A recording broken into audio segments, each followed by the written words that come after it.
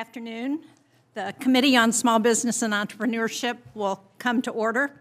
I'm Jeanne Shaheen. I'm the new chair of the committee. And in honor of my first hearing, the floor has called 5 votes for this afternoon.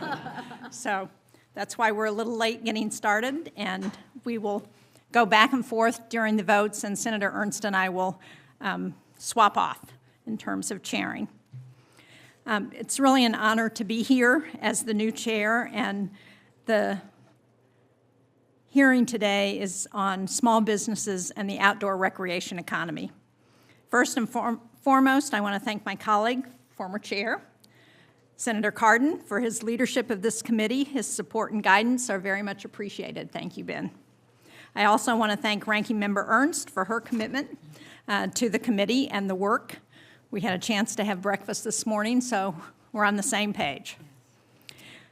This committee has a long-standing tradition of working in a bipartisan manner, and I know that we will continue this tradition to work together on behalf of our nation's small businesses. I want to welcome our witnesses today. I want to thank you all for joining us to share your perspectives. I'm eager to hear about your work, your experiences in the outdoor recreation economy, and your assumptions of what that means for the communities that you're living in. I also want to welcome Andrew Drummond and the folks from New Hampshire who have traveled to DC for this hearing. Thank you very much for being here.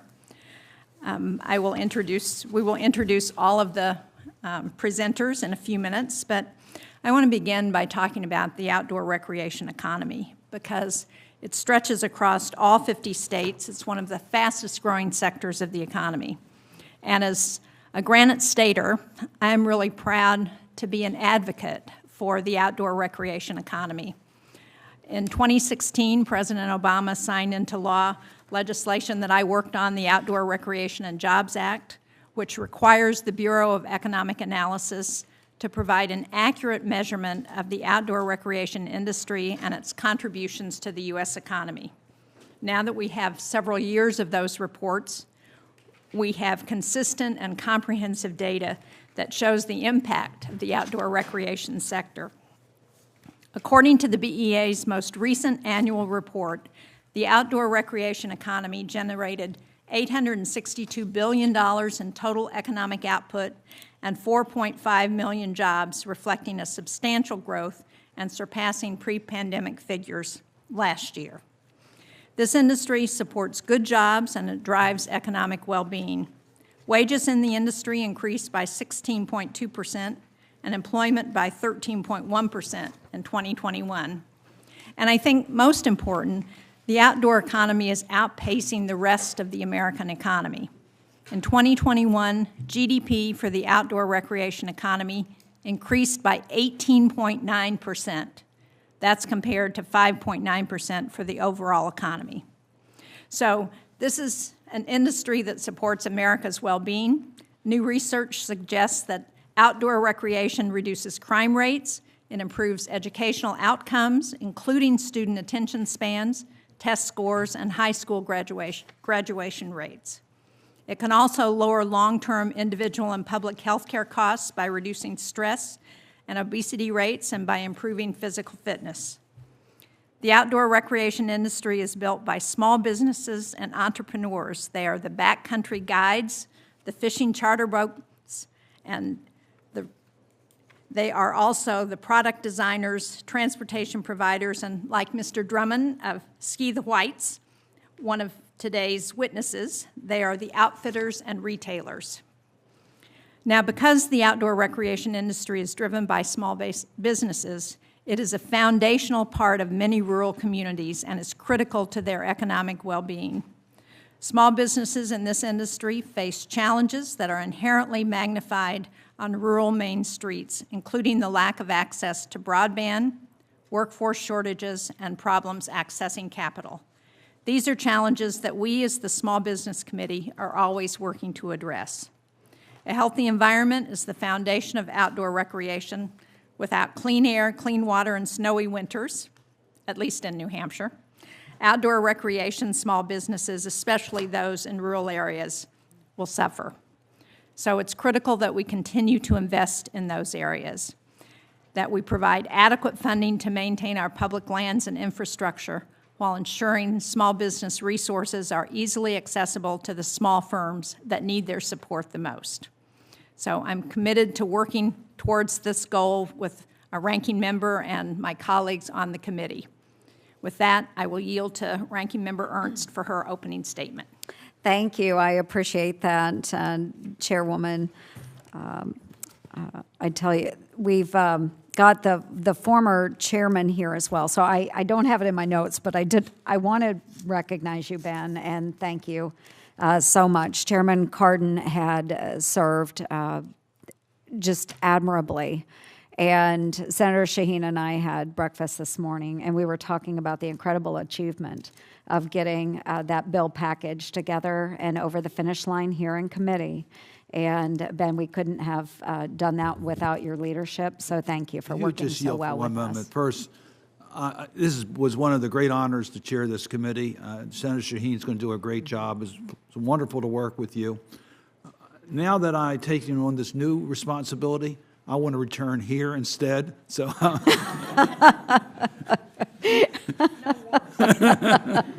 thank you very much for coming. For our witnesses today, Senator Cardin has moved over to chair the Senate Foreign Relations Committee, and so he has a lot on his plate right now. But thanks for coming back to the Small Business Committee and joining us today. So again, Senator Shaheen and I met this morning, and Senator Shaheen, I look forward to working with you on the Small Business Committee. We work together on the Armed Services Committee together as well, and I know that we'll be able to work quite well on behalf of our small businesses here in the United States. I want to thank our witnesses for being here today as well. I want to welcome my fellow Iowans, Miss Rebecca Peters, thank you, who is the Okoboji Tourism Director at Vacation Okoboji, and Mr. Chris Fox, State Chairman of Iowa Ducks Unlimited, for coming to Washington. Thank you for being here to share your insight with us. Like many of us, they work to preserve and enjoy our state's great outdoors. And I want to take a moment to specifically thank Mr. Fox for his service to our country. He served over 27 years in the United States Army, retiring from the Iowa Army National Guard. Chris served as our Command Sergeant Major at the 248th Aviation Support Battalion, where I was a young officer under his leadership. So thank you very much, Chris. Today we will examine the role of small businesses in America's outdoor recreation economy. The United States is blessed to have a great range of natural resources and diverse terrain for outdoor recreation. My own state of Iowa has extensive waterways, lakes, and trails that provide recreation opportunities year-round. Our hikers, campers, sportsmen, and boaters regularly partner with local farmers, small business owners, and state leaders to ensure Iowa's natural resources are stewarded to leave nature better than we found it. In 2021 alone, the outdoor recreation economy accounted for nearly 2% of gross U.S. GDP. The goods and services related to outdoor recreation, including outdoor equipment outfitters, outdoor vehicle rentals, lodging, and transportation, are part of this $454 billion slice of the economy. In Iowa, the value added by the outdoor recreation economy accounted for 2% of our state's GDP, with nearly 45,000 Iowans employed by the outdoor recreation industry. Iowa's small businesses form the backbone of the outdoor recreation economy. Whether it's stocking up on fishing supplies, renting a snowmobile, or enjoying a home-cooked meal at the end of a long day of hiking, you'll find a small business operating in every sector of the outdoor economy. Initiatives like Visit Okoboji, spearheaded by the Iowa Great Lakes Area Chamber, bring together small businesses to foster economic development in their community. Iowans from all walks of life regularly enjoy our state's waterways, trails, and wetlands.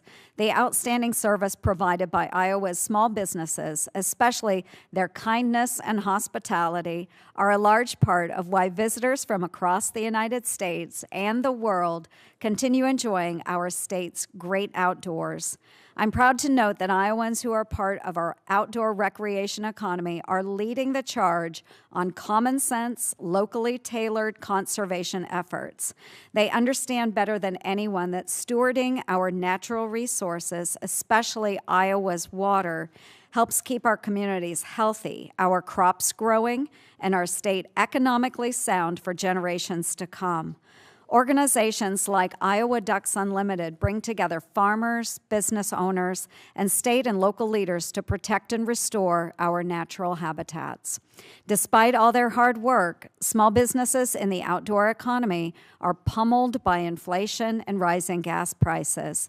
Under Bidenomics, Americans have less money in their pockets and are staying closer to home. And our small business owners are facing higher expenses, even as they have less money coming in. Washington's one-size-fits-all approach to regulation means small businesses have to spend their time figuring out how to comply with the burdensome government regulations instead of focusing on their businesses. In an effort to address this, I'm continuing to work on my Prove It Act to ensure small businesses have a voice in the federal rulemaking process. I'm looking forward to hearing from our witnesses about the challenges small businesses in the outdoor recreation economy are facing, including any downstream impact on conservation efforts. Small businesses form the cornerstone of our nation's outdoor recreation economy. They are the cornerstone and play a critical role in conservation efforts. I want to thank you all for being here today. We truly appreciate it, and I look forward to our discussion. Thank you, Madam Chair. Thank you very much, Senator Ernst. And again, thank you to all of the witnesses for being here. I will begin by introducing the two witnesses for the majority, and then Senator Ernst will introduce the two minority witnesses for the minority. Jessica Turner is the president of the Outdoor Recreation Roundtable, or ORR. ORR is America's leading coalition of outdoor recreation trade associations and organizations working to promote the policy reforms needed to enhance the outdoor recreation economy. ORR members represent the thousands of businesses that produce vehicles, equipment, gear, apparel, and services for the 144 million Americans who enjoy our national parks, waterways, byways, trails, and outdoor spaces. Ms. Turner is a very successful advocate for the outdoor recreation economy. She has over a decade of experience working on behalf of the outdoor recreation business owners and advancing the industry. She is a passionate outdoors woman, and I'm looking forward to hearing her testimony and learning about her national perspective. Andrew Drummond is a founder and owner of Ski the Whites, a backcountry gear shop based in Jackson, New Hampshire. Ski the Whites specializes in skiing, biking, and trail running equipment, and also has its own in-house coffee brand. I like that combination. They are a nationally recognized brand and small business of 3 full-time and 3 part-time employees in the heart of the New Hampshire White Mountains. Mr. Drummond is also an extremely accomplished skier and trail runner, entrepreneur. He was born and raised in the Granite State. We are proud to have him and his business in New Hampshire, and I look forward to hearing more about his experiences and his very formidable contributions to the outdoor recreation economy. Again, I'm pleased to welcome the other 2 witnesses, and I will ask Ranking Member Ernst if she would introduce both of them. Absolutely. Thank you, Madam Chair, and welcome to Ms. Turner and Mr. Drummond as well. It's great to have you here testifying today. So first, I'll start with Ms. Rebecca Peters. Ms. Peters currently serves as the Okoboji Tourism Director for Vacation Okoboji. She coordinates with small business owners, community groups, and local leaders to encourage local and statewide tourism. Ms. Peters also serves on the board of directors of the Iowa Travel Industry Partners, the state's premier tourism association. She actively volunteers with several local organizations. Ms. Peters earned a degree in graphic design from Drake University. Thank you, Rebecca, for being here today. And then we have Mr. Chris Fox, and he is the state chairman and senior volunteer of Iowa Ducks Unlimited. As the state chairman, Mr. Fox leads over 1,200 volunteers, coordinating partnerships with state and local leaders, conservationists, and small business owners to protect Iowa's wetlands. Again, Mr. Fox served 27 years in the United States Army and retired as a command sergeant major. He has a business degree from Excelsior University and is a graduate of the United States Army Sergeant's Major Academy at Fort Bliss, Texas. So thanks to both of you for taking the time to travel to Washington, D.C. and share with this committee the beauty and importance of outdoor recreation in our home state of Iowa. Thank you, Madam Chair. Thank you, Senator Ernst. Now we'll hear from our witnesses. Ms. Turner, I'll ask you to begin, and we'll move down the panel to your left. Chairwoman Shaheen, Ranking Member Ernst, and members of the committee, thank you so much for this important hearing today. ORR collectively represents over 110,000 outdoor businesses and the full spectrum of outdoor recreation activities. Most of these businesses are small. The retailers, manufacturers, guides and outfitters, apparel entrepreneurs, campground operators, and marina owners. And they are key aspects of rural towns and large cities across the country. Recent data from the Department of Commerce shows that we are an $862 billion industry. We employ 4.5 million Americans. That's 2% of the U.S. GDP and 3.3% of all U.S. employees. This data also shows that outdoor recreation's growth more than tripled over the past year as we saw more people flocking to the outdoors and valuing how important time outside was to our mental, physical, and societal health. The REC Act, legislation sponsored by Senator Shaheen and Gardner, created this report. It's such a good example of a bipartisan effort that has helped small businesses. The data provided each year allows us to track our growth and has been a crucial education tool for policymakers to understand the importance of our sector. While our cumulative economic power is mighty, unlike other industries with similar economic impact, we are a mile wide and an inch deep, so our small businesses do need support.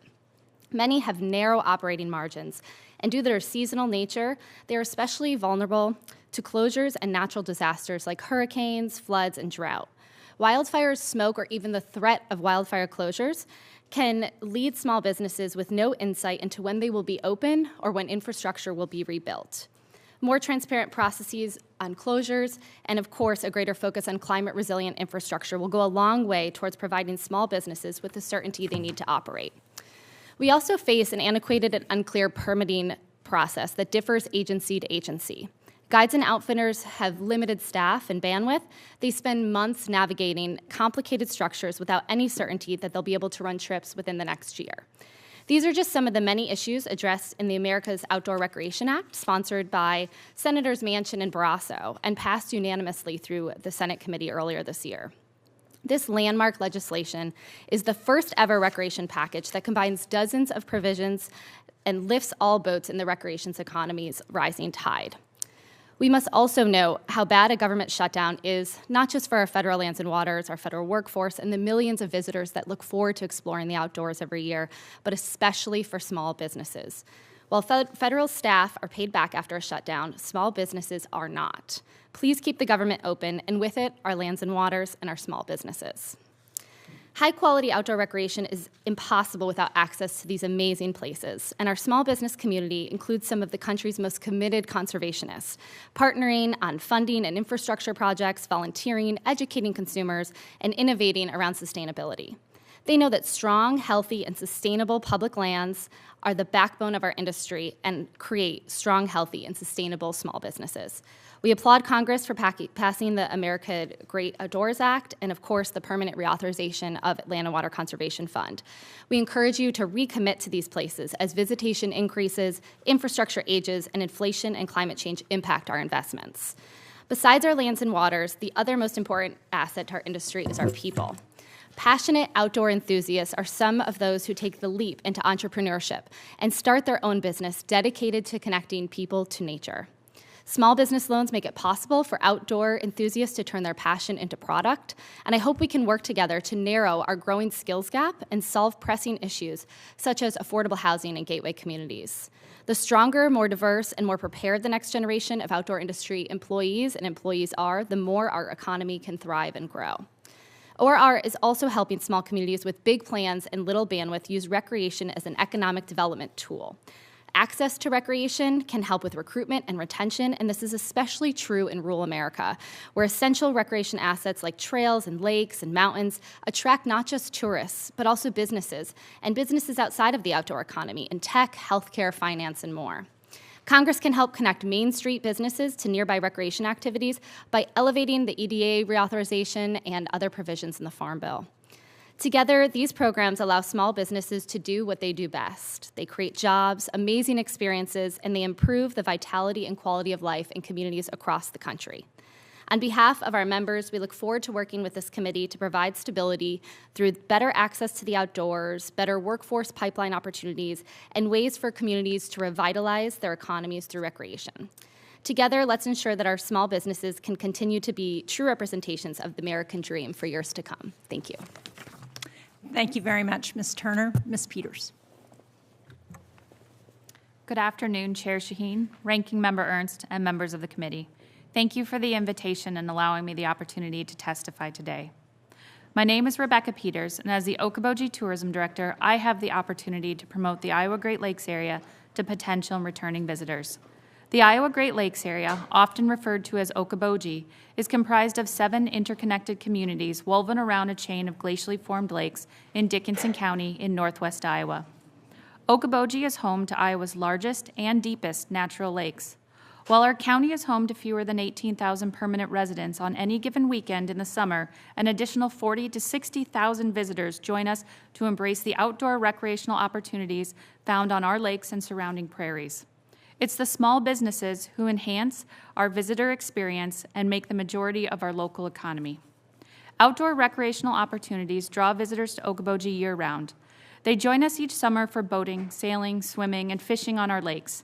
During the winter, our ice-covered lakes are filled with ice fishermen, snowmobilers, and snowshoe hikers.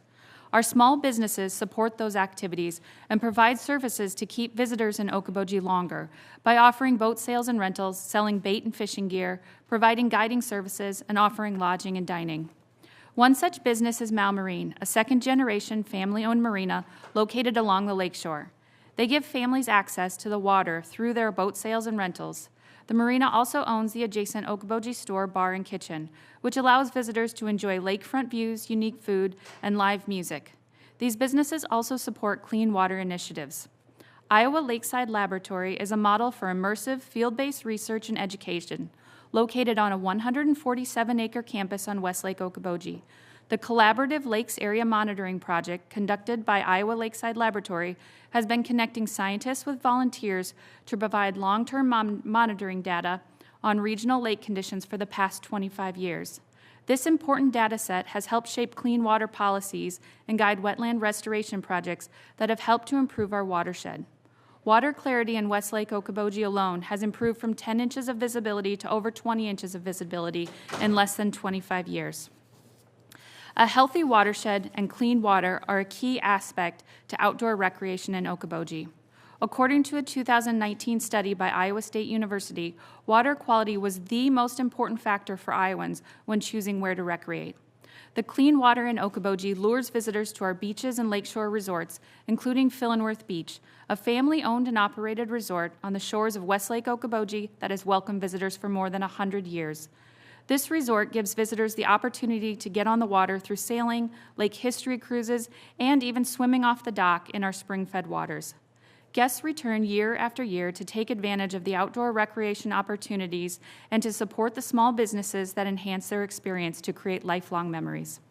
Most of our lodging properties in Dickinson County are small, family-owned businesses, and those businesses have helped the municipalities in Dickinson County collect over $2 million in hotel-motel taxes alone last year. In fact, the economic impact from visitors is over $296 million and supports more than 1,300 jobs in a county of fewer than 18,000 people. Okoboji's visitor economy and outdoor recreational opportunities enhance the quality of life in Dickinson County. The quality of life is so appealing that we are one of the few rural economies in Iowa that continues to see population growth, and with that, more opportunities for small businesses. However, Okoboji's small businesses face challenges also. Inflation is causing our small businesses to struggle with rising input costs, while visitors have less disposable income to invest in vacation. In the past year, many guests have had to shorten their stay or cancel their trip altogether. Gas prices are another factor that affects our visitor economy. We are primarily a drive market, and to see a decrease in visitation when gas prices rise and pockets are pinched. Overall, we are fortunate for the opportunities we have, but there is much room for growth in this economy with outdoor recreation, not just in Iowa, but not just in Okoboji, but in all of Iowa. In our small agricultural state, the tourism and outdoor recreation economies are growing. The most recent statewide economic impact study shows that tourism provided a $10.4 billion economic impact in Iowa, a 10% increase from the previous year. That's the type of growth that benefits small businesses. Supporting the outdoor recreation economy is a win when it comes to building small businesses and drawing the employees necessary to sustain those businesses. Thank you, Chair Shaheen, Ranking Member Ernst, and the members of the committee for the opportunity to appear today. Thank you, Ms. Peters. Mr. Drummond. Chair Shaheen, Ranking Member Ernst, and members of the committee, it is an honor to be here to tell my story of outdoor recreation economy in my industry and represent our region of the White Mountains in New Hampshire. Thank you for the opportunity to share with you all what I've experienced as a small business owner in hopes of helping, inform, and give opportunities to others. A little on my background. So I grew up in Conway, New Hampshire, a small town of 10,000 residents that thrives on tourism. Every year, visitors come to experience our region through recreational activities like hiking, biking, canoeing, and skiing. My family moved here from Portland, Maine, and introduced me to our mountains specifically through these activities like hiking and skiing. Outdoor recreation is a cornerstone of my community. It's how I've made the most important connections with people in my life, maintain my mental and physical well-being, and it provides work for so many of the local and regional businesses. I, in fact, started as a ski patroller and first aid at one of the ski resorts. I also worked at an outdoor summer camp, and currently now I'm an owner of an outdoor gear shop in Jackson, New Hampshire, and host ski and trail running events throughout the region. And my story is kind of interesting. I went to Colby College in Maine. I got a degree in biology, ended up moving to San Diego to go surfing and to put my degree to use as an environmental consultant. That was a really pivotal point in my life where I had to make decisions of what did I really want to do with my life now that I had a taste of the real world. As much as I enjoyed it out in San Diego, my story really begins in 2014 when I moved back to Conway to be closer to my family and the mountains I grew up in. My friend from high school was starting a fish fertilizer company, and he wanted some help, so the business ultimately failed, but it was my introduction to entrepreneurship and realized I preferred working for myself. As that chapter closed, another one opened, and a friend in the ski industry convinced me to open up an account with a company he worked for and sell ski gear. I decided to take his advice and found myself filling out all the paperwork required to become a backcountry ski dealer. And with that application, I was now a small business owner of Ski the Whites, a backcountry ski store. And for those of you who are not familiar with the activity of backcountry skiing, it's much like alpine skiing without the chairlifts, and you use specialized equipment, and you climb much like Nordic skiing, lock your heels in, and ski back down. I think it's the best way to travel in the mountains, in my opinion. So this first year of business with my new company, I think I might have sold 8 or 9 items, a couple skis to friends, maybe some mountaineering tools. I spent most of my time skiing that winter. It was a good winter. I had no brick and mortar store, no marketing, and no guidance. And with skis loaded in the back of my truck, I would meet customers in parking lots and sell or rent gear that I thought was best suited for skiing in our mountains. The following year, a small 200 square foot space for rent in a ski lodge came up, and I took that opportunity to have a true brick and mortar space. This would prove to be all I needed to move things forward with my business. And with the increased foot traffic and a venue to host events, an outdoor community started to form around my business. The backcountry ski community was growing. I'd helped start a nonprofit to organize and promote the sport in both New Hampshire and Western Maine. And I was also spending my free time, like I said, in the mountains, sharing photos and videos from my adventure. This last piece is critical. Sharing media directly affects the way people in the region think about the outdoors and what's accessible in their backyard. They don't need to book a flight for a big mountain experience. It's right here, a day trip away. After a few years of working out of this small space, I realized that there was a need for year-round specialized outdoor gear shop. Making the next jump proved to be the most challenging. In order to grow my business, I needed to move into a commercial space with better visibility and offer services that expanded beyond backcountry skiing. I found an old art gallery that was for sale and was exactly what I was looking for. It was an ideal space and location for the growth of my business, but out of my price range. A traditional mortgage on the building exceeded my savings, but with the guidance of my friend, I learned about the SBA 504 loan program, which lowered the down payment and made financing possible. They even threw in financing for the coffee roaster.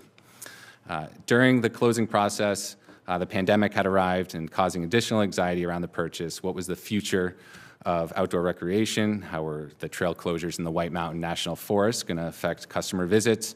Were customers going to have the discretionary income to spend in our industry?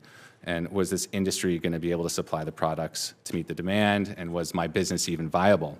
The following summer and winter answered all my concerns, and it was evident that the outdoor community was growing in all three sectors. I was focusing on skiing, biking, and trail running. Our sales grew that summer, and for the first time, I was able to hire staff. Job creation was a critical part of the 504 loan program. Over the past 3 years, I've added 3 full-time and 4 part-time employees. We now host 8 unique events that attract participants from all over the country and highlight our outdoor recreational opportunities. We continue to work with nonprofit organizations that align with our mission to promote the outdoors and build community. However, we face adversity like many other small businesses. A poor snow year decreases the number of customer visits significantly. This is coined the backyard effect. If a city like Boston, New York doesn't receive normal snowfall or experience winter-like climate, they are less likely to recreate in winter activities. This means that as our winters get shorter on either end of the season due to climate change, there's an impact greater than we experience locally. During weekends of inclement weather, our sales decreased by 50%, and this summer was the wettest summer on record, with many of the rain events occurring on the weekends. This affected gear rentals, and we had a spike in rental cancellations and significantly less day-of rentals. This year marks the start of my 8th year in business. Without the growth of the outdoor recreation economy and the support of the SBA 504 loan program, I would not be where I am now. Thank you for your time. Thank you very much, Mr. Drummond. Mr. Fox. Madam Chair, Ranking Member Ernst, members of the committee, and everyone that's here today. Thank you for the opportunity to testify on the impact of our outdoor recreation economy on small business. It's an honor to represent Ducks Unlimited and our 1 million supporters across the United States, as well as our nation's waterfowlers, our outdoor industry, conservation partners, and millions of Americans who enjoy the great outdoors every day. Ducks Unlimited is the world's leader in wetland conservation, and as state chair for Iowa, I have the privilege of leading 1,200 Iowa volunteers who work tirelessly to raise private funding for conservation with over 100 chapters and 135 events in Iowa every year.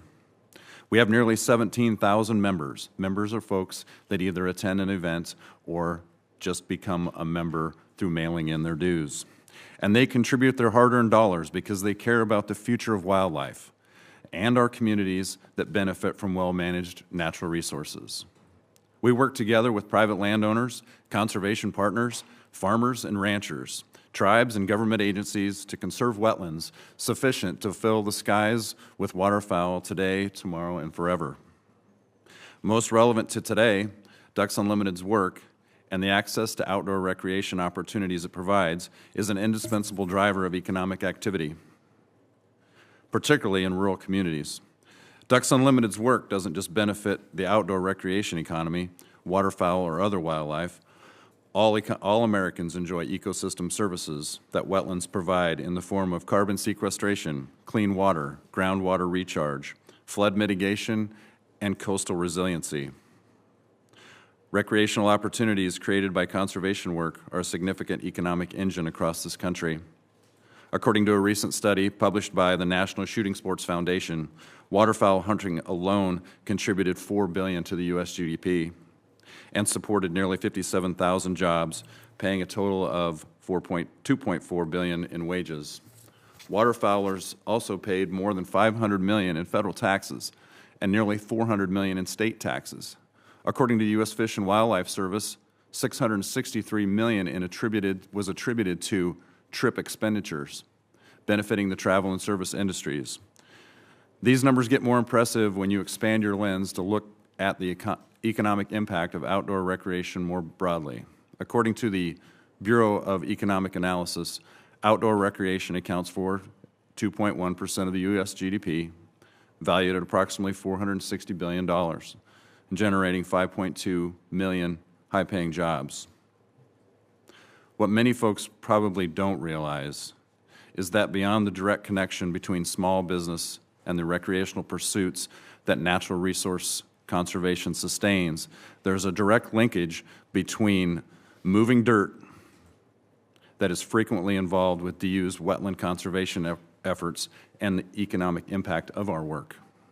With funding secured by Ducks Unlimited through private philanthropic contributions of our supporters, federal programs like the North American Wetlands Conservation Act and state agencies like the Iowa Department of Agriculture and Land Stewardship, for example, we hire local contractors to operate the heavy equipment needed to control for restoration of all of our projects. Materials needed for water control structures, dikes and berms, and other wetland project elements are sourced locally through local suppliers, which support American jobs directly tied to habitat conservation and the work that we make happen. Having Ducks Unlimited, having conserved 16 million acres across North America, with over 6,000 acres conserved in New Hampshire alone and over 83,000 in Iowa, Ducks Unlimited's conservation work is a driver of small business and communities across America.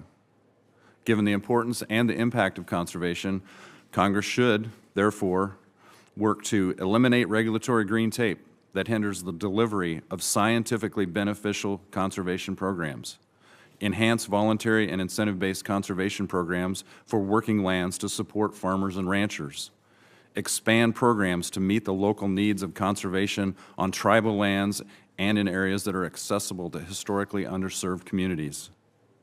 These efforts will result in more waterfowl and more wildlife and stimulate greater economic activity in our tourism industry. And they will also make our air and water cleaner, recharge precious groundwater systems, and fortify our communities against the threats of extreme weather. These are all things that all Americans need and support. Once again, thank you for the opportunity to be part of this panel and to speak to this committee today. Thank you very much, Mr. Fox, and all of our witnesses.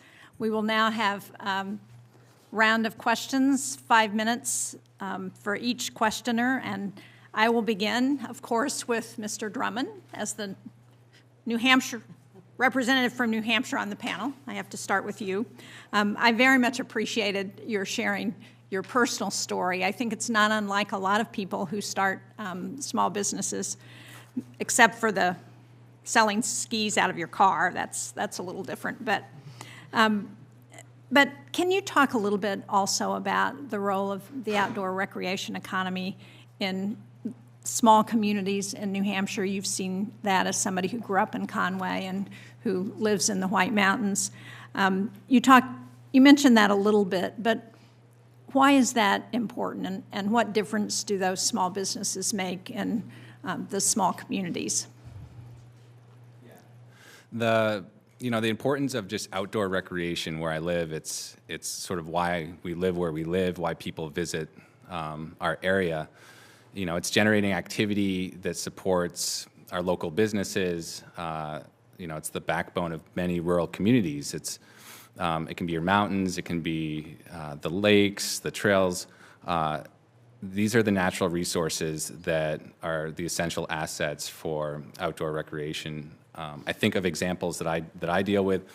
If a visitor comes, they want to come to the White Mountains, they want to come ski, maybe they hire a guide or they come by the shop to rent gear, maybe get a cup of coffee. They're sort of like getting as much information as they need to have a great day, a great experience. Say they go out and ski, and then at the end of the day, they go to a brewery. But there's all of this economic,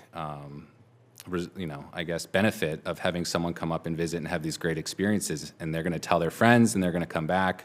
And that's not just skiing. That's like any other sport, any other outdoor activity that you're going to find up where we live. And that can be the same could be said for locals. Like my parents that moved to the Mount Washington Valley, they wanted to live where they played, and play where they worked, I guess, find a job. But, these people that are coming to live in the mountains, they need to find work, they're spending money locally, and they're living there to recreate. And again, this integrates into the community and builds the community aspect. So you need both. It's super important to have that community, or else just people coming up for the weekend, midweek, you don't feel that sense of community, and that's something that we always try to balance. Like we have a understanding of the importance of the tourism aspect, but also that we need to have a sustainable economy around our local community too. You pointed out that you now have 3 full-time employees and some part-time employees. One of the big challenges that I hear from businesses throughout New Hampshire is the difficulty in getting skilled workers. And I think it's a particular challenge in the outdoor economy because often people don't realize they can actually work full-time in the industry. You're probably aware that at the Kennett School District in Conway, that they have a course that students can take on working full-time in the outdoor economy. Can you talk about the challenges that you've had with hiring your employees and how you're dealing with that? Yeah, like you said, it's a skilled occupation. You have people's lives in your hands in all these operations where you're providing them with the gear or taking them out on the mountain, and that's something where they need to be, paid fairly. It's expensive on the small business end where you're covering a lot of costs to have these full-time employees, but it's patience and time to find the right people. And in my situation, I have people that have worked somehow in the industry for 10 or so years before they found me. I've been lucky to find a lot of part-time help that's now retired, and they have skills beyond anything that I'd ever have on the business side of things, and they can act as mentors. And what's neat about the outdoor industry is that there are these programs like you speak of. I know that Vermont has programs as well, and a whole university system to train people to work in the outdoor industry. And that's what we're going to need to see support for programs like that moving forward so that we have this workforce that can support this growing economy. Thank you. Senator Ernst. Yes, thank you, Madam Chair. And again, thanks to all of our witnesses. Ms. Peters, I'll start with you, please. Thanks for joining us in the great work that you do representing Okoboji. Federal agencies often improperly certify that a regulation won't significantly impact small businesses, and that way those agencies, they can avoid laws requiring them to provide regulatory flexibility to those smaller businesses. And we've seen this, just for example, the EPA's WOTUS rule. So do you believe these one-size-fits-all regulations are often harmful to the small businesses in the Okoboji community? That's a little bit like asking, are all small businesses the same and are all small communities the same? The simple answer is no. What we need to do is we need to bring people together. We need to bring local stakeholders together. We need to bring local businesses together. And we need to have some transparent discussions when coming up with regulations so that there is not just one size fits all, so that small businesses can really meet the needs of their communities and also work within those regulations that are set. So it's better if those small businesses have a voice maybe Absolutely. in how those agencies are regulating. Yes, absolutely, they should have a voice. Thank you very much. And then Mr. Fox, again, thank you for being with us today as well. In your experience with wetland preservation, do you often find that the heavy-handed one-size-fits-all regulations can hamper preservation efforts as more resources are being diverted to understanding rules, regulations, and complying with federal law? Senator, thank you for the question. I'll begin by saying that Ducks Unlimited strongly believes in voluntary incentive-based conservation. So we don't go to a farmer, a rancher, or a landowner as a nonprofit or with a government agency that might be a partner and try and turn them towards a conservation project. We want them to have that be their idea, and that we are open, and we're open for business to help them with their conservation projects from planning, from beginning to end, and maintenance beyond. I would say that we use the carrot and not the stick. And the other thing, we just don't want it to be cumbersome, because it's hard enough being from Iowa, and if you know the value of even our worst piece of ground, Iowa soil is very valuable, and we want to farm the best and conserve the rest. And we also don't want a landowner, a farmer, or a rancher to walk away with a bitter taste in their mouth to the point where they wouldn't want to conserve another piece of their ground, or that they would communicate to other landowners, farmers, and ranchers that maybe it's just too difficult and a bridge too far, and don't bother.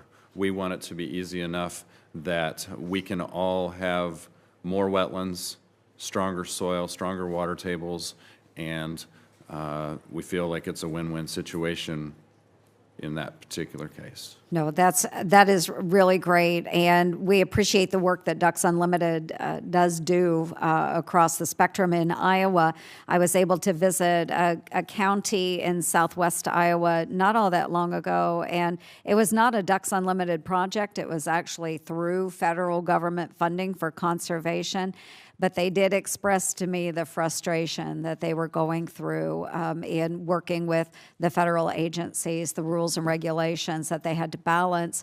And it became very cumbersome for them and very costly in the end, more so than they thought it would.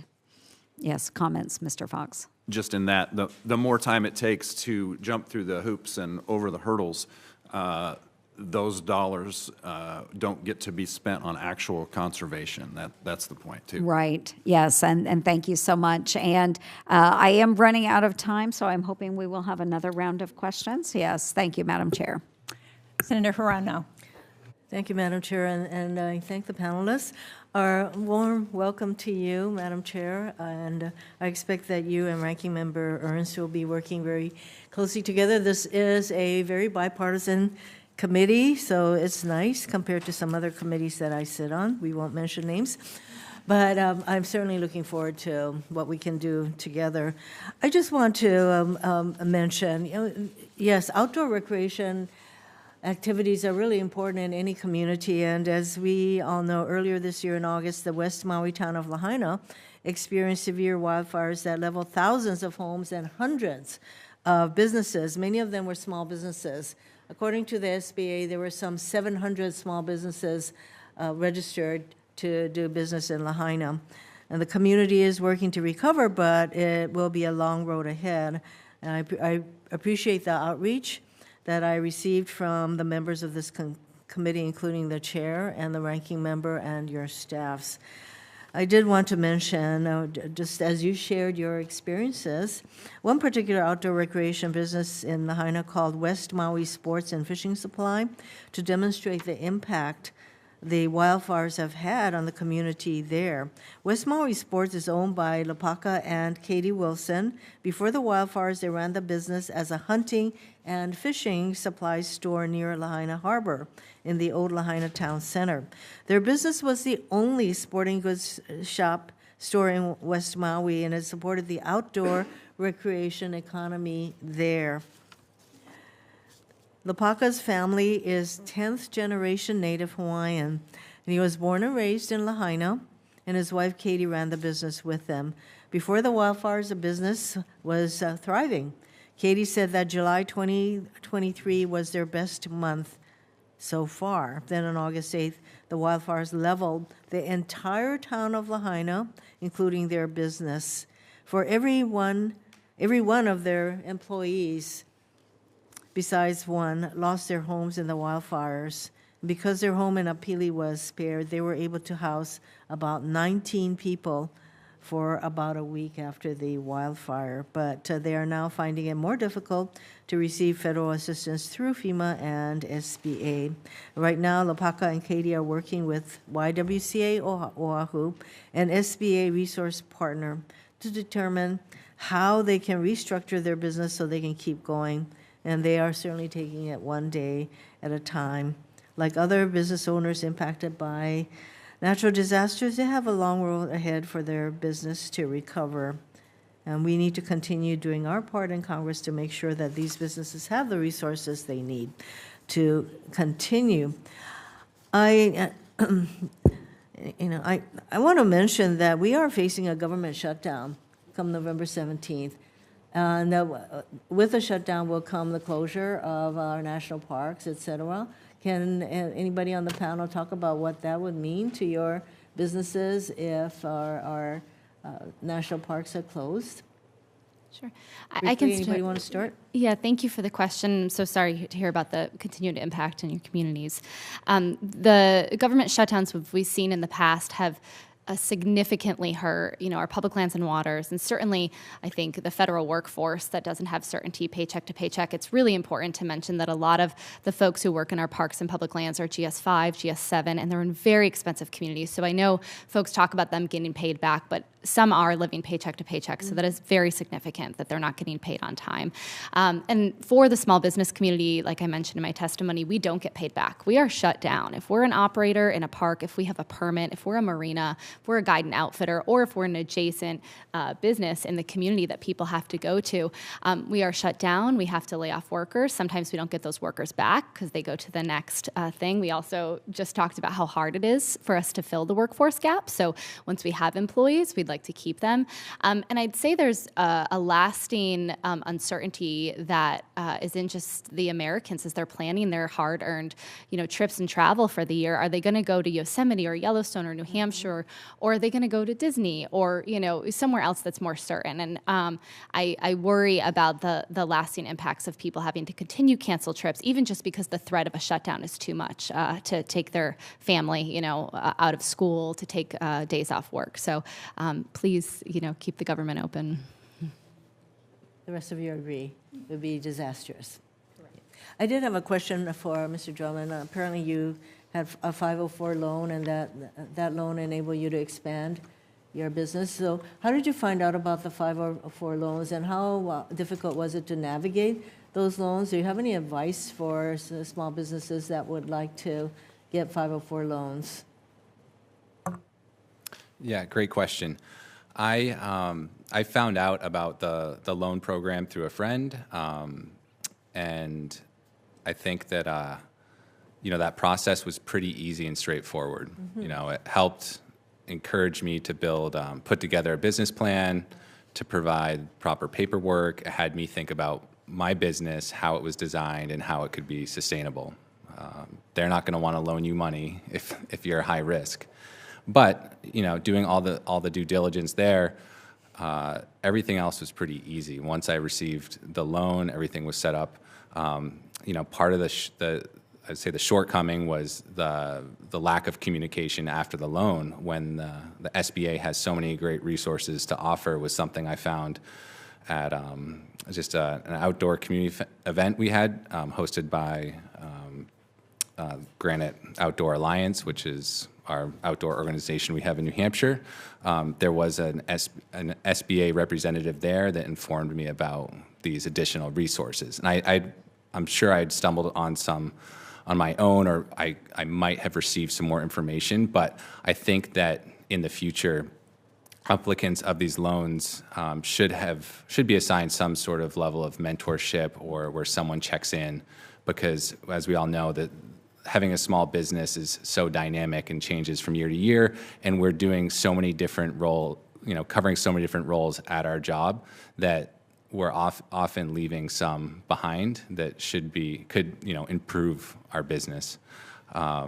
So I will say, though, for other businesses looking to take advantage of the SBA loan program, it's dramatic what it does. Adding on full-time employees and giving them the opportunity to live where we love to recreate is incredible. It's a real honor to do that, and it's one of the joys of my job. I think we probably could do more to get the word out on the kind of resources provided by SBA, and clearly they're going to be long-term in Lahaina helping the businesses come back. And I did just note one more thing, that I believe you mentioned the impact of climate change, because if the winters are shorter, then of course that has an impact on your businesses. Not to mention that we are seeing many more dramatic climate kinds of hurricanes and fires and all of that, so there's more that we can do to support our businesses through all of those kinds of challenges. Thank you, Madam Chair. Thank you, Senator Hirono and Mr. Drummond. That was a great commercial for reauthorization of the SCORE program for mentors for small businesses, as well as the Small Business Development Center. So thank you. Senator Cantwell.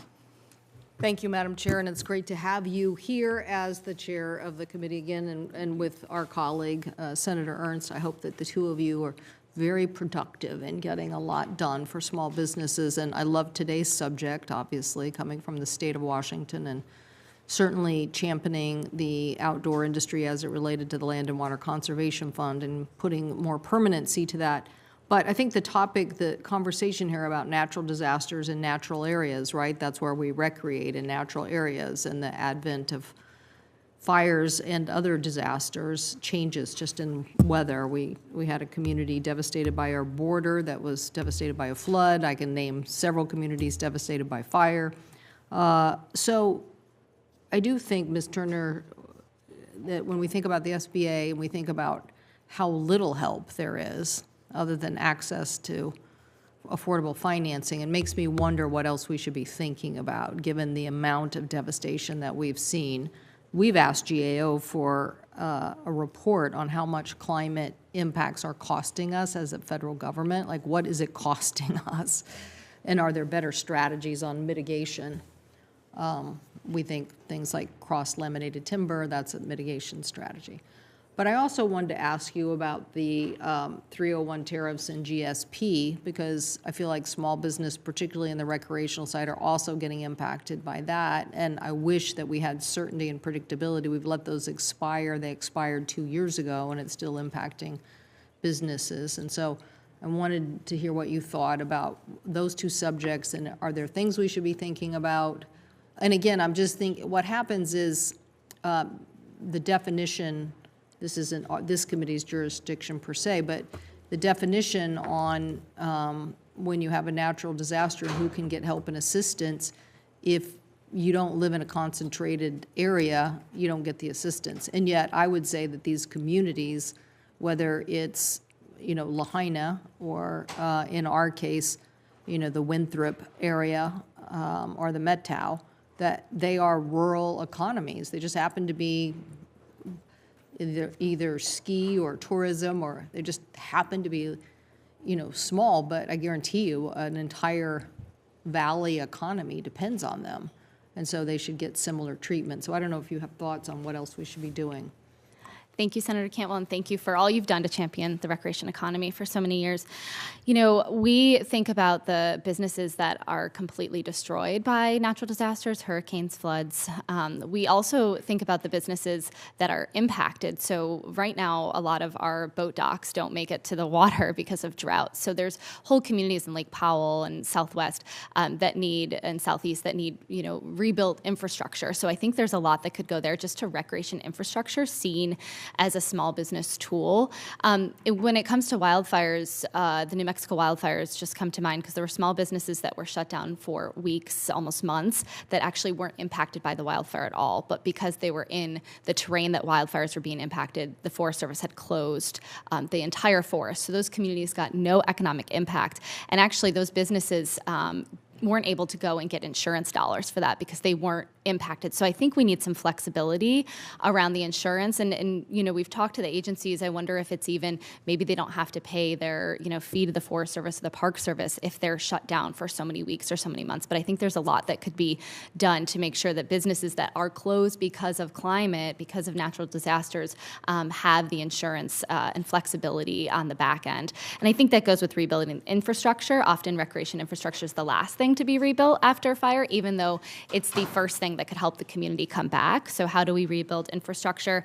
And again, I talked about the flexibility around permitting, even seasonality. How can we expand seasons? The seasons aren't what they used to be. How can we ski for longer, maybe into the spring? How can we camp for longer, maybe into the fall? And so working on flexibility, so if there are days or weeks that businesses are closed, they can move those days or weeks into the other season.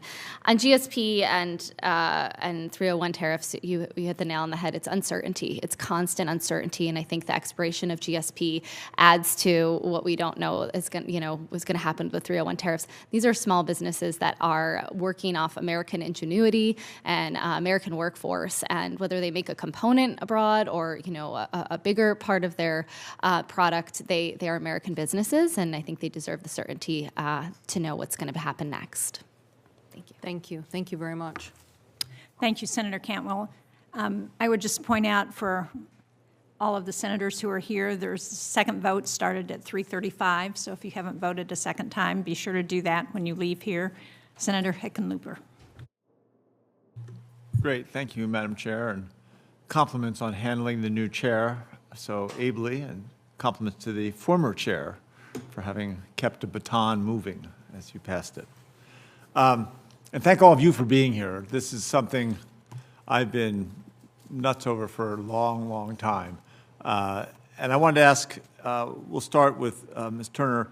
Thanks to Chair Shaheen's hard work, we know that the recreation and economy grew almost 19% in 2021. I'll give you all the credit, Chair. A variety of agencies, Department of the Interior, Agriculture, Commerce, even Defense, work together on the Federal Interagency Council on Outdoor Recreation, FICOR, to coordinate the federal government's support for continued growth of the outdoor rec industry. Can you speak to how giving FICOR a permanent home, potentially at a federal office of outdoor recreation at the Department of Commerce, would improve the federal government, how it supports our $454 billion outdoor recreation economy? Sure. Thank you for the question. Thanks for all the work on recreation. I love going to your state to recreate.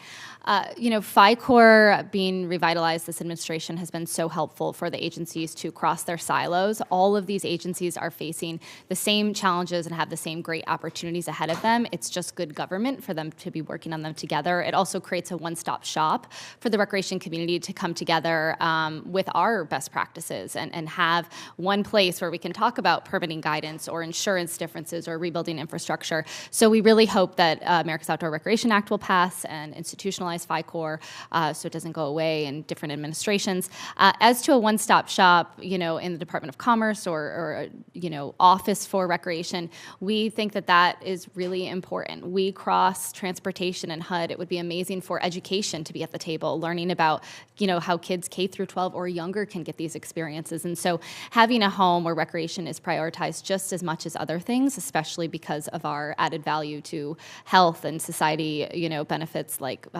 obesity, diseases. We feel that we cross with Health and Human Services and pretty much every federal agency. And so appreciate your work on driving that home and would love to see that happen someday. Great. And I don't want to go off and ask you another long question, but you can just file this away. We do a great job of estimating what the economic impact in small businesses, how the prevalence of rural locations for so many of these small businesses, the influx of money and spending into rural places that augment sometimes the thin margins that farmers and ranchers have to live with. All these are economic benefits. But we haven't really, or at least I haven't seen anything close to accurate about estimating the medical benefits. And as we look at some of the drama facing all of us baby boomers retiring and drifting into old age, we know that an ounce of prevention is more than a pound of cure. So I just file that away, that maybe that's the next big push we should all start looking at, is how do we not put numbers to that so we can talk about it more strongly. I love Ducks Unlimited, have my whole life. And one of the things I love about Ducks, and I love it about the outdoor recreation industry, is it is inherently nonpartisan. There isn't anything Republican or Democratic about a duck, or a pheasant, for that matter, because I know you have a broader span. You're more about habitat.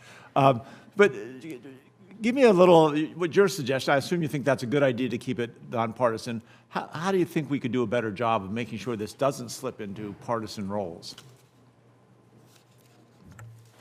Senator, that's a great question. I think once you end up in a duck blind, no matter who you end up in a duck blind with, one of the things you may never speak of in that duck blind is politics. I think you talk about the things that are around you and the things that you appreciate. And that's how Ducks Unlimited was created in the very beginning. I don't know the five gentlemen's politics that created Ducks Unlimited, but I do know that they had a vision, and the vision was to bring back, during the Great Depression, wetlands. We're going through obviously a drought right now. It's cyclical. We'll get rain again. If Ducks Unlimited could make it rain, we'd get a lot more donations. But as far as how to make it happen, it's just simply education. And also, if you look at the things that Ducks Unlimited is known for, that's pretty easy. Everybody comes to me and says, oh, Ducks Unlimited, you're the hunting group. And I will tell you, in 86 years, we've never spent $1 to kill a duck. And all the conservation work that we've done, and the groundwater, and the nitrates and phosphates and everything that we do to slow water down and purify it, communicating that to anyone doesn't involve politics, because everyone agrees that we want to keep what we have. Right, it's habitat. And correct. If I could steal 20 seconds more, I won't ask questions of Ms. Peters and Mr. Drummond, although I am a huge fan of Okoboji. I have a lot of family from Iowa, and I've been going to a place called Squam Lake, not that far from Jackson in New Hampshire, for my entire life. We have about a dozen loons there. I do want to just throw out that you all have this alignment of interest. That's where good things happen in politics, where you have an alignment of self-interest. And just as you begin to fan the flames and the momentum to get more people outside, more people to clear their minds through outdoor recreation to improve their bodies, there's a wonderful young musician named Molly Tuttle who has a song out called Big Backyard. And you should check that out, because I think the movement needs an anthem. And I have talked to her, and I think she'd be willing to have that song. She'd share it. Allow us to use it as an anthem, because we do want to make sure that we realize it's all of our public lands. It's all of our big backyard. I yield back to the chair. Well, thank you, Senator Hickenlooper, and thank you for mentioning Squam Lake and the loons. I was proud as governor to outlaw lead sinkers to try and protect loons, so I appreciate your mentioning that. And there are more loons now than there were 10 years ago, by every measure. Absolutely. Thank you. Senator Cardin. Well, thanks, Madam Chair. And again, let me congratulate you on your chairmanship here. You know that you will provide the leadership for small businesses along with Senator Ernst. This is a topic that is important to all of us. In Maryland, we have over 100,000 direct jobs from the outdoor recreation industry. It's been estimated that 90% of Marylanders visited some outdoor rec area that is managed by a governmental entity. So it's an incredibly important part of our economy. And I want to agree with you in regards to our outdoor enthusiasts being great conservationists. Visit Maryland. We have a great waterfowl. We have great fishing. It's an incredibly blessed state. And the people who are active in the field are our greatest conservationists. So I thank you for that. Mr. Drummond, I would just tell you there's no better way to start a day than with a good cup of coffee and fresh snow to ski. So I'm envious. There are days I wish we could switch positions so maybe you would like to come down here. I'll go out and do a little skiing one day. But I want to ask you a question. One of my major concerns, and we've been trying to work on this, Senator Ernst has been trying to work on this, to try to make the financing more available to small businesses. Under the SBA, you can be a small business up to 500 and get assistance. And we find that when you go to a financial institution and you've got 3 employees and your loans are kind of small, they're not quite as interested in you as they would be somebody who has 100 employees and is interested in a larger loan.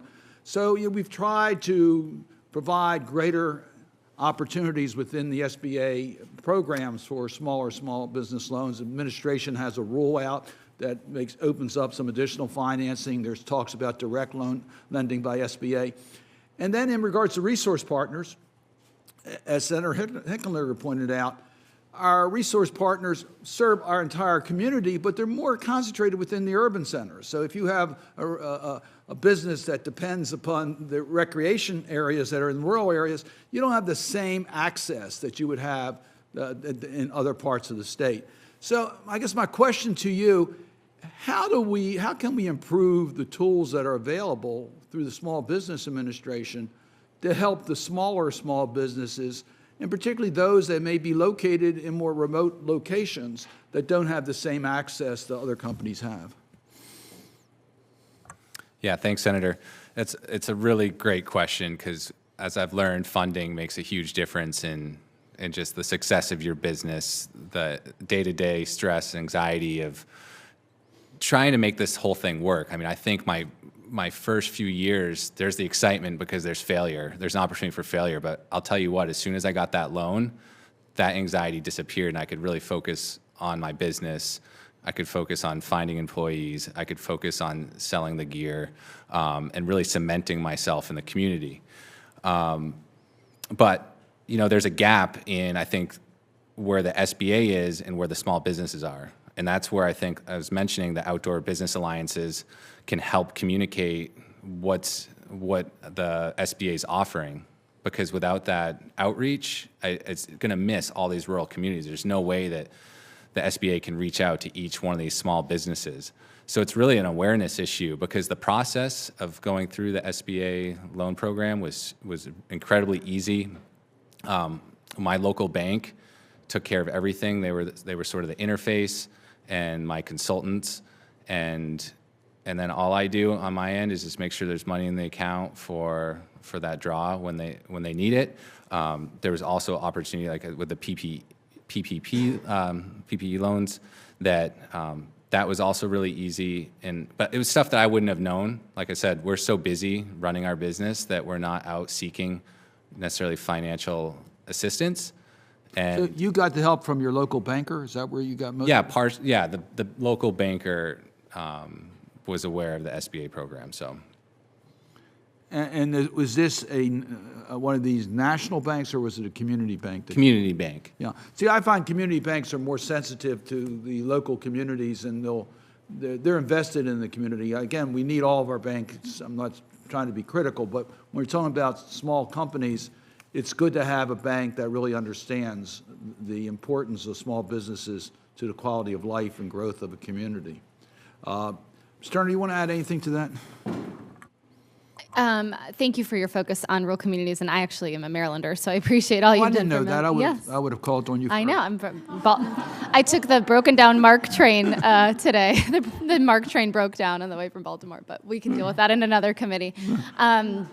No, I think focusing on rural businesses is really important because just like small business loans and education around that, there's so many other things that they could benefit from, especially around rural economic development tools for the whole community that draw more people to their businesses.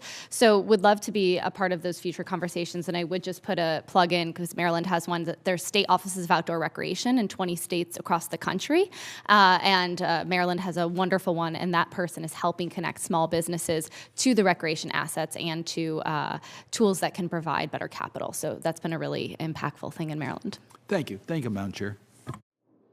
Thank you, Senator Cardin. And next we'll have Senator Rosen, please. Well, thank you, Senator Ernst. And this is such a great hearing, and I'm really happy to be here, and really want to thank you all for the work you're doing and being here today. And I know that Senator Hickenlooper or others talking about conservation and conservation of our outdoor spaces like you were talking about. So Nevada's natural beauty, it really brings people from across the country to around the world to see our beautiful mountains, our lakes, our deserts. We do have mountains, lakes, deserts, snow. We have more than just the desert, our wildlife, our public lands. We have 24 state parks. We offer diverse opportunity for residents and visitors to enjoy hiking, camping, boating, hunting, skiing, stargazing. We have some of the darkest skies in America as central Nevada, and of course outdoor cultural events. And so these features, they don't only bring visitors to our state, but they draw in a lot of small businesses wanting to participate in our outdoor recreation economy. And so I'm going to put on my other hat. I'm actually chair in the Senate Commerce Committee of the Tourism, Trade, and Export Promotion Subcommittee. So this is where the intersectionality of my two committees comes in here. So I understand making the space for small businesses in the tourist arena very well. And so to Ms. Wall-Turner and then Mr. Fox, can you speak to the need for investments in public land and parks infrastructure, and how better funding for land management agencies and local community conservation efforts can support our outdoor recreation small businesses? So Ms. Wall-Turner, maybe you want to go first. Yes, thank you for the question. Thanks for all of your work on that other committee as well. You know, an example is Lake Ocoee. We just talked to a business owner there, a marina owner. They saw an investment from IRA go into marinas and docks at the lake. And just that small investment in helping marinas and docks allowed them to see a 20% increase in sales. That's a huge increase in sales for a small business. They have about 45 employees. So investing in recreation is no longer a nice to have, it's a need to have for a lot of these communities. And I think the intersection between the Travel and Tourism Committee is also in the EDA. I think it's definitely of utmost importance that our federal land and water management agencies are well funded, and that Land and Water Conservation Fund and the Forest Restoration Legacy Funds are all working well. But it's also the other agencies allowing EDA to use their tools for recreation. A lot of those are traditional economies transitioning to a more sustainable economy through recreation, and they need similar tools, and recreation should be thought of as infrastructure. And so I think there's a lot of work to do with other agencies. Thank you, Mr. Fox. You want to go quickly? I got a couple more questions. Yes, Senator. I will give you two examples. One is a big one, and it's close to your home state, the Great Salt Lake. Great Salt Lake, just in this last year, as our biologists put it in the region, was about 1 year away from total ecological collapse. So we are working with other agencies to try and ensure ways that we can keep the Great Salt Lake full as it should be. It's been low for a while, but there is much industry on the Great Salt Lake besides small businesses, and there are many small businesses and guides and things like that that benefit from that. But that could be echoed across to all the states. Thank you. And I'm going to move on to something in my tourism committee. We've had, I think, nearly a dozen hearings, and we did pass legislation to make an assistant secretary in the Department of Commerce, whose job would be to oversee a strategy for domestic tourism, because it's so important to our economy, the top economic driver, one of the top in every single state in this nation. But I want to move on. We were talking about our waters, as we're both of you talking about it, disaster preparedness, as we've been we've had flooding, and of course in the West we have drought. So it's important to acknowledge the hurdles that recreation-oriented businesses are facing. The outdoor adventure companies, the restaurants, like you said, they're heavily dependent on the weather. I've been thinking about skiing the slopes, right? Heavily dependent on the weather and climate change, severe weather events. And earlier this summer, we saw this at Lake Mead, our nation's largest reservoir by volume, where declining water levels due to Nevada's drought, it rendered our boat ramps unusable. It hurt visitation to the lake. It crippled our nearby small businesses. I am proud to have helped secure $32 million in federal disaster funding to protect boat ramp access at Lake Mead. But a long-term strategy is needed for small businesses impacted by climate-related events. And so, Ms. Wall-Turner, what can we do in Congress to better equip our small businesses for these climate-related challenges? What if there's not enough snow? And too much snow is never a problem, right? Well, maybe, I don't know, but you know what I mean. Yeah. And so what can we do?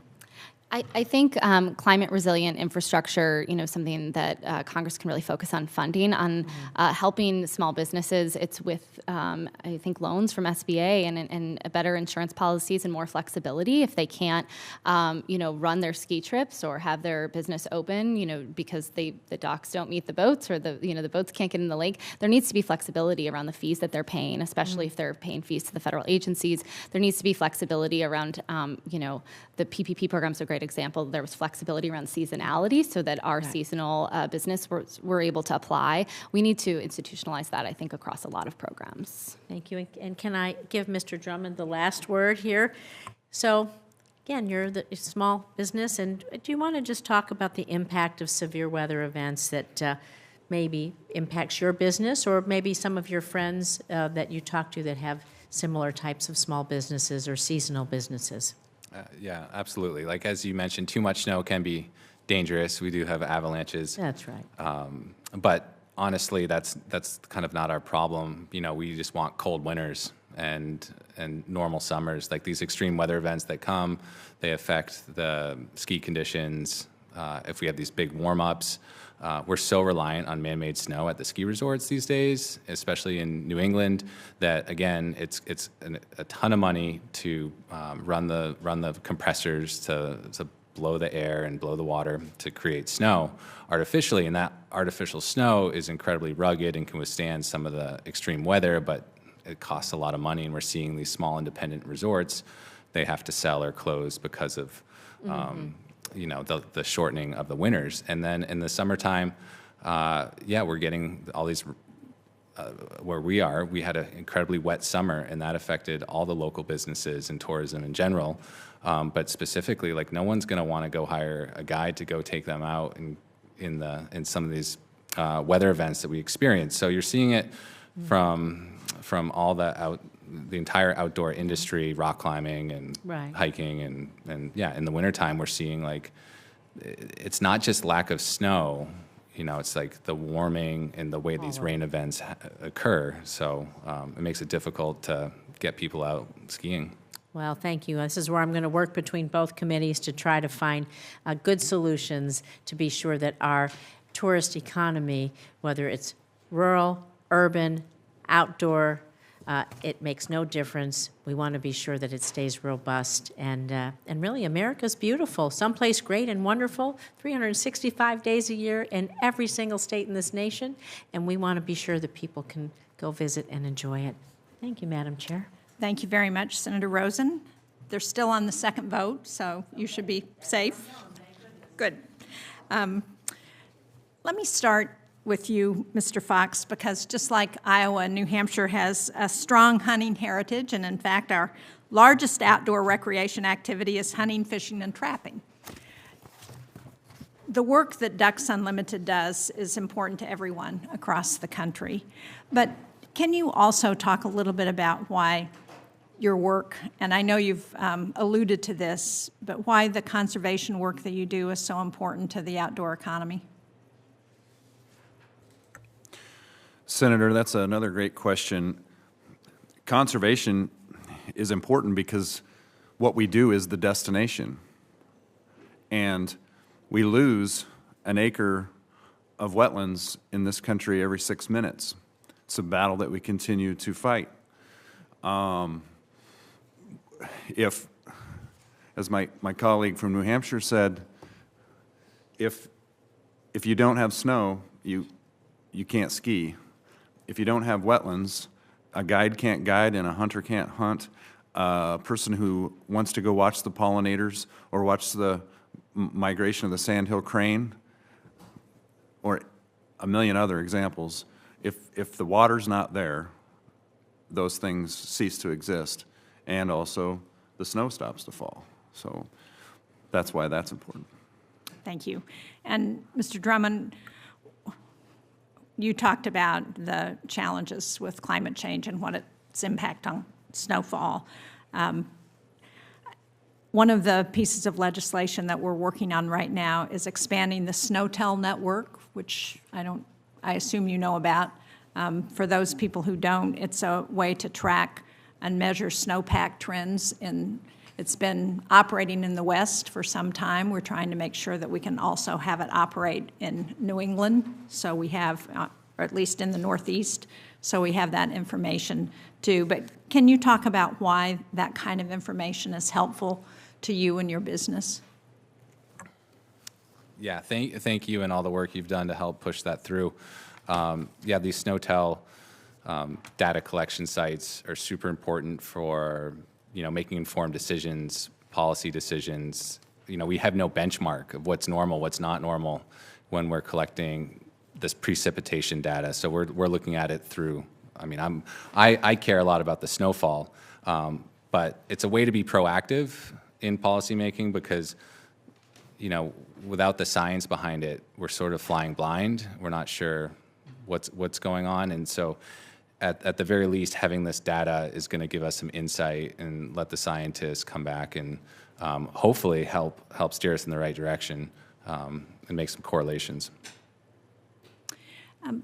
You also talked a little bit about, in your opening testimony, about the challenges that you had faced as a small business with a too wet spring and not enough snow in the wintertime.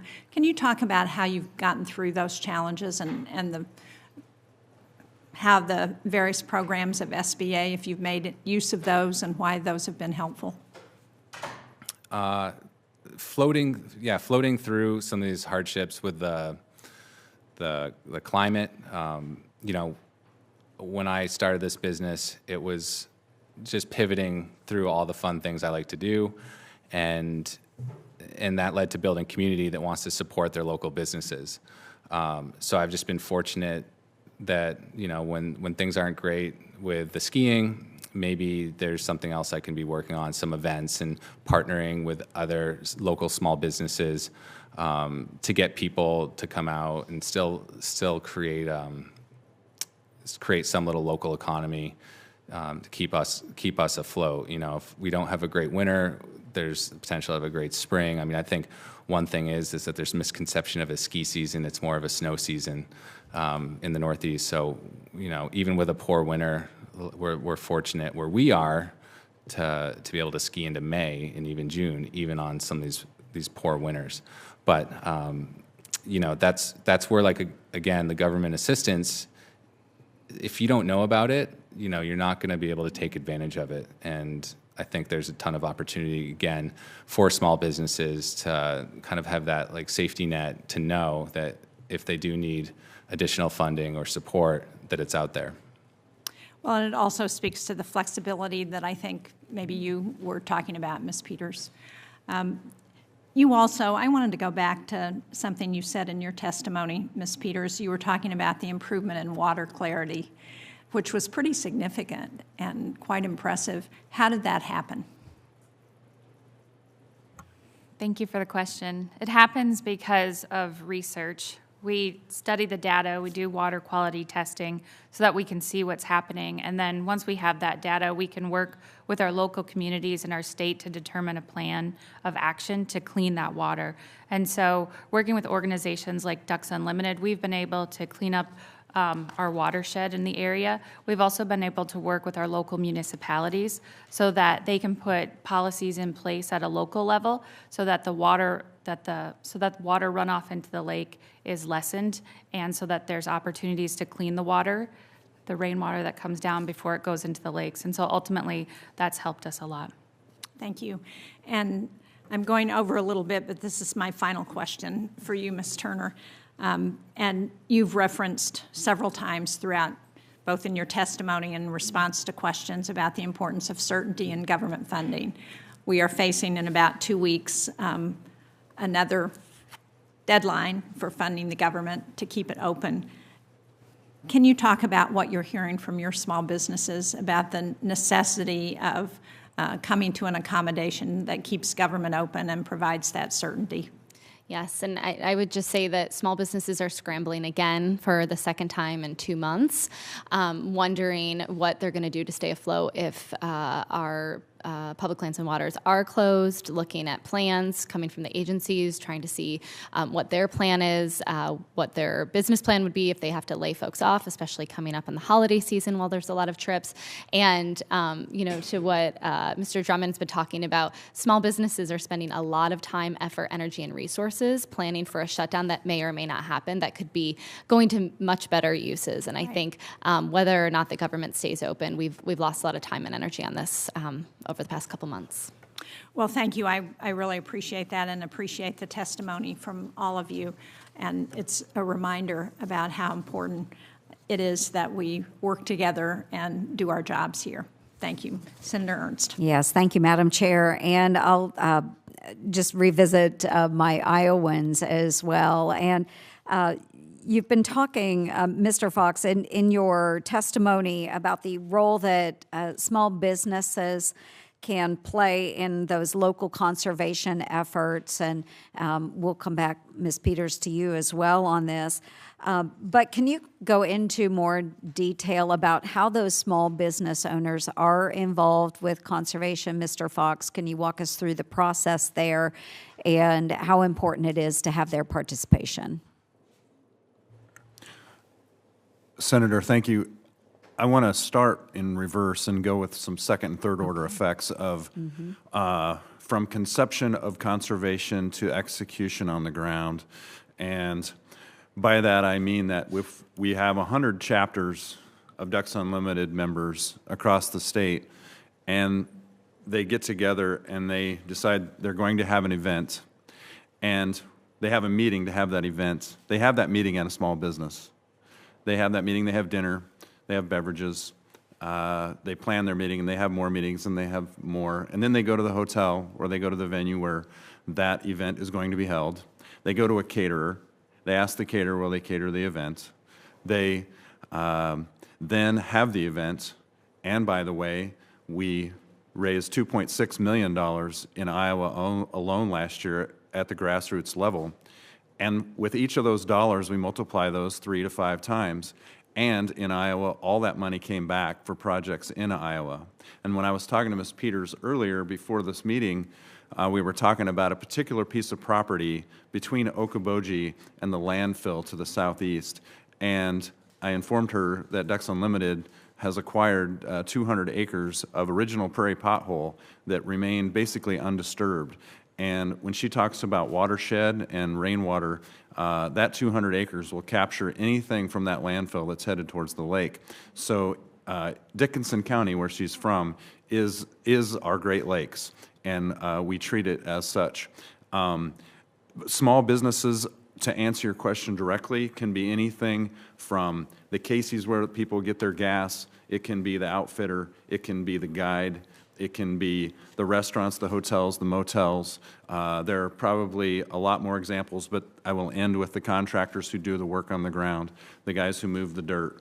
And we contract them, and they buy fuel, they rent equipment, and I think it's probably hard for me to list every single thing that is impacted with our small businesses, what they do for us and what we do for them, but that's a pretty good synopsis. Yes, I appreciate that. And it was just a few years ago that Mr. Fox and I went out to a Ducks Unlimited project that was in conjunction with a local community, and just saying the natural habitat for the waterfowl, but also that dual purpose of also filtering the water, capturing the phosphates and nitrates that were coming out of that water and making it much cleaner and much better for our environment. So really appreciate you sharing that project with me and the impact to the small businesses. We had so many small business owners that came out for that demonstration as well, so we appreciate their great work. And thanks to Ducks Unlimited for spearheading that project. And Ms. Peters, can you talk a little bit about that? I know we've just heard about the landfill and the proximity to the lake. And can you talk about the benefits that this particular Ducks Unlimited project might bring to your community? It'll help keep our waters clean. A few years back, there was a railroad, a train fell over, and the waste from that train got brought to our landfill because it's a privately owned landfill. And there was a lot of concern in the community because of where it's located and the runoff that may happen from that into our lakes. And so to have a piece of property between the landfill and the lake that's being purchased so that it can continue to filter all those waters and all the runoff that's coming from there is incredibly important in our community. And our community is really focused on clean water. Small business owners, large business owners, lake organizations all work together so that we can raise awareness for clean water. We have a big festival every summer in August. It's called the Okoboji Blue Water Festival, and it's a really fun weekend where people can come and learn about water quality and the different projects that are happening to make sure that our waters stay clean, not just in Okoboji, but really in all of Iowa and beyond. And also they can learn how they can do their part. And I think that's something that's really important because we can't just have clean water. We've got to make sure that everybody knows what they can do so that they can add to it, and so that they value the resources that are around them so that they continue to enjoy the outdoor recreational opportunities available. Yes, thank you. And I will mention as well, you said in your opening statement that your population continues to increase. That's correct. In Dickinson County, we continue to see an increase in population. And you because it's a fabulous place to live. Yes, it is. And you would attribute that, though, to the outdoor opportunities that you have in Dickinson County. I would say because Montgomery County, where I live in southwest Iowa, we have seen our population decrease. We don't have the same level of outdoor recreation activities that you do in Dickinson County. It's our lakes that ultimately draw people to the area. They want to come visit. And then it's the small businesses that keep them there. Mm-hmm. They keep them interested. They provide the services so that people can stay and enjoy the lakes even longer. And then they come back the next year, and they come back the next year, and they find that their family feels a little bit better when they're in Okoboji. And at that point, they decide, you know what, this is a place where I want to live. And then people move to the Iowa Great Lakes area. I grew up in another small town in Iowa, and my entire family now lives in Okoboji because it's just a really special place because of that outdoor recreation that we have.